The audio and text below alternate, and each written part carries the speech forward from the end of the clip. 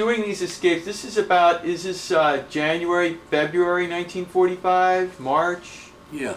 Yeah. In the dead of winter. In the dead of winter. How cold is it? It's just zero weather all the time, The, seems like. the whole time? Yeah. And inside that barracks, same thing? Same thing, except you bundle up and sleep together if you had to. Try to stay warm.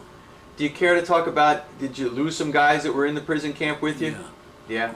Quite a few. Quite a few. Well, the reason being, they didn't get up and try to help themselves. Like Jock told me. Yeah. You gotta walk. You gotta walk. You gotta walk. I weighed about 180 pounds. Yes, sir. When I got there. When I was released, I weighed about 100 when I got out. I got back to the American lines, I weighed about 100 pounds. 103. You described earlier your basic training and the work that they put you through. That helped us. Yeah. Helped me. You felt that really survive. Had helped you survive. Describe that. How did it help you survive? Toughness. You just learn to be tough. Yeah. You know, and you were in good shape. Yeah. You know, but you could tell who was in good shape and who wasn't. They were falling out, something happening to them, and if you're in good shape, you kept on going.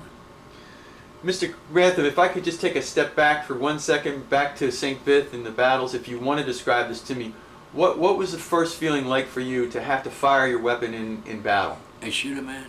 They shoot a person. If you care to discuss that. You had no trouble. No trouble. You had no choice to do it. You had to do it. They were coming after you. See, the difference to me, and I'll tell everybody this, I always do, the war we got over in Iraq. Yes, sir. See, like World War II, that war, you either kill or be killed. You didn't have no choice in the matter. But you knew who you were shooting. In Iraq, you don't know who you're shooting. Yeah. Somebody's shooting your brother. Yeah. You know, so that bothers me a little bit, but what can you do? It's okay. You know, it's over with us. Yeah.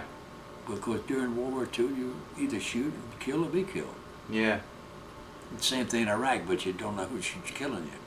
Did you notice a vast difference, like your training, you had all that live weapons training and exercise, and then boom, you're thrown right into battle? Was that, when you're thrown into battle like that, did you feel like your training had prepared you enough to understand how to... I don't think you ever get prepared enough. Okay. You know, I really don't think you ever get prepared enough to do the best you can, I guess, with the time you have. Because I guess when we were training, they were in a hurry to get us overseas. Yeah. Because they knew what was coming. Yeah. You know? They'd already landed on D-Day, and they were needing help.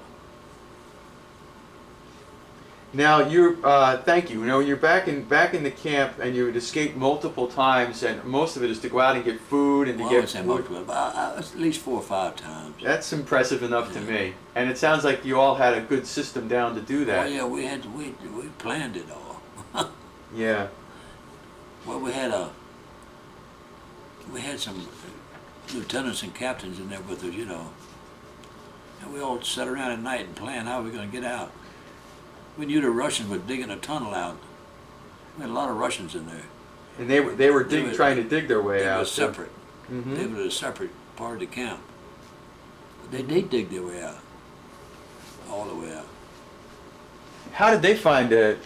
You know, they were just digging tunnels underneath as best as they could, Yeah, huh? yeah, but you could tell that what they were doing because you walked by their camp, they had a fence. Yeah. You know, and they were on one side, we was on this side in the compound. But you see the old German people, the old Russian people, they all carried knapsacks. Did they? All of them. Uh-huh. Every one of them. And you see them out there scattering dirt. Yeah. So you know where that's coming from. Yeah. The tunnel. Yeah. And they scatter the dirt during the day outside in the yard, see. Are you aware of any tunnel escapes that the Russians made? Were you? We figured what was going on. Yeah. And Jock and I were walking around, we'd see everything. And Jock used to say, he said, they're digging out. I don't know how long it's going to take them, but he said, they're working on it. You know, they had about, say, as far as 200 or 300 yards they could have dig out. But you got to dig it deep enough where it won't cave in. You know? Right. Yeah, the other bad thing I saw in camp, one of the worst things I've seen in camp was a Russian soldier get killed over one potato. Oh, jeez.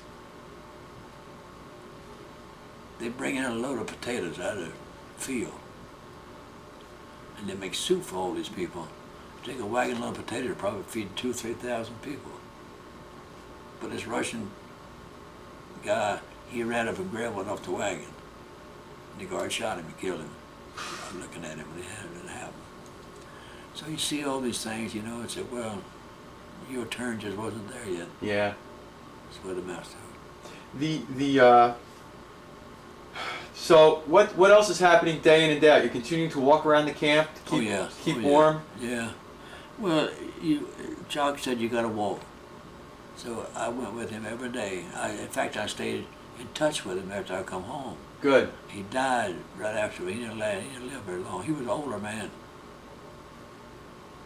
So you walked every day, and you felt that really helped save you. Oh yeah.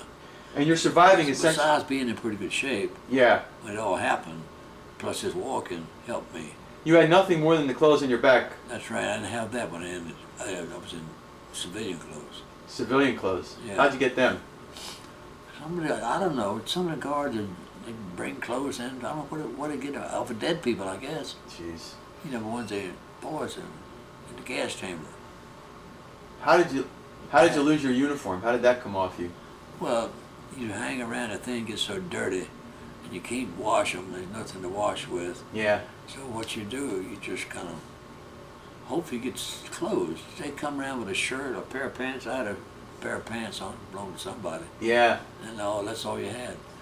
What time of year is it now in 1945? It's the winter time, January, February? It's, April, I guess. Now it's April.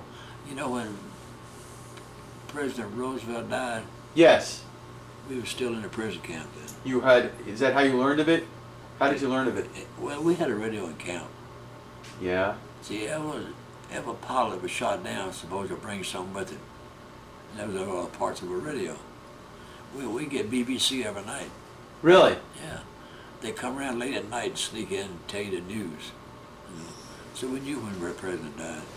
So now it's about April 12th, 1945, Yeah. right? That's when he died. Yeah. So you're aware of that, and you're still in the camp. Oh yeah. Roosevelt died. Camp, yeah. Now, and this camp is about how far from Berlin? Oh God, I have no idea. Don't know? You're getting closer. You're in the heart of Germany, Stalag right. 4B. Right. Did you ever experience any bombing or anything did anything come your way? Did the U.S. bomb your area?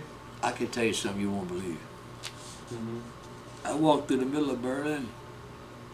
We were being bombed 24 hours a day. The guards were with us, but they run. You know, the guards. Mm-hmm. They'd leave you. But this 8th Air Force didn't know I was down there. But they'd bomb in Berlin 24 hours a day and never let up. Well, before we get to Berlin, how did you get out of that prison camp? What happened? This was before I got to the prison camp. Oh, this is before you got to the prison camp. This is on the train? No, I was walking. You were walking? Yeah. And you're in Berlin? In Berlin, yeah. And the 8th Air Force is bombing Berlin? 24, round the clock. And we were down there. Had this come at a point where they got you off a train and they were transferring you? The train get blowed up, wrecked, you know, a car jumped the track or something. Okay. So they walking, we were in Berlin, and they're bombing it, and we were running. I was running with the guards. I figured I'd stay with him. He knows where he's going. I wasn't no dummy, you know. I said, hell, let me stay with him. Yeah. So that's the way we all worked. Where did you go? Did you go hide underneath? Yeah, get in the building, in the basement or something, you know, till the planes quit. Get a break, and then we get out and start walking. During that time when the planes were bombing Berlin, where did you eventually wind up? How did you survive that? Did you get onto another train at some place? That's where we got to 4B. Yeah. That's where we ended up getting to 4B. Tell me, okay, so you went through that and you survived a bombing in Berlin, and then you wound up inside Stalag 4B, right? Right. All right, and then you survived there, and you essentially survived just on eating snow. Mostly. Mostly on snow. Snow. Snow and very little else. scared to eat the thing. Yeah. And they didn't give you anything, right? Bread. You could get a loaf of bread between 20 people occasionally. You know, that was good. That black bread. Yeah. You might find a couple of bullets in it, but take the bullets out and go ahead and eat it. Um, how did you how did you get out of the prison camp? Oh, the Russians liberated us.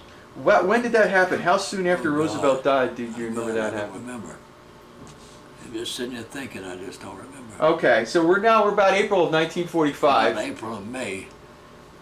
It had to be in April. Okay. The end of April. Had to be. The Russians, we knew where the Russians were. How did you know where the I Russians have were? a radio.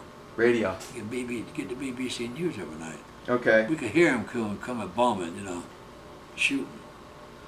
And they come in and kill every guard there at night. The Russians did. Oh yeah. They killed all the guards. Every one of them. All these guards that were watching you, the home guard type Yeah, guys. kill them all. The Russians came in. Kill every one of And them. it won a lot. Okay, they killed all them. Yeah. Now, how did you? These are obvious questions. How did you know that? How did you describe that to me? What was it like? Right. How were you aware that the Russians were coming into the camp to kill the guards? Well, we know what they were going to do when they got there, but we knew they were close. You knew what they were going to do when they got there. Yeah, we figured we knew. Yeah. And they did. Okay. They didn't let nobody go slip by. They killed them all. Really? I stood at the door and watched them. Yeah. Yeah, I was clapping. You were clapping. Not for the old men, no, they tried to help us. But for the young Gestapo, Yeah. they were different. Yeah. Can you describe what the Gestapo type guys did? Did they abuse any of the prisoners while they were in camp? The Gestapo guys? Yeah, shoot you. But the biggest thing I had, I don't know if you can talk about it. Yes, sir. But you get to the point, some people say you can't reach the point of no return. Okay. You can. Okay. I've done it. Okay. So that's a hard thing to say, but I've seen the times that I didn't want to live. Yes, sir. It happened so fast and so quick. We got strafed, and we got strafed by a British plane again.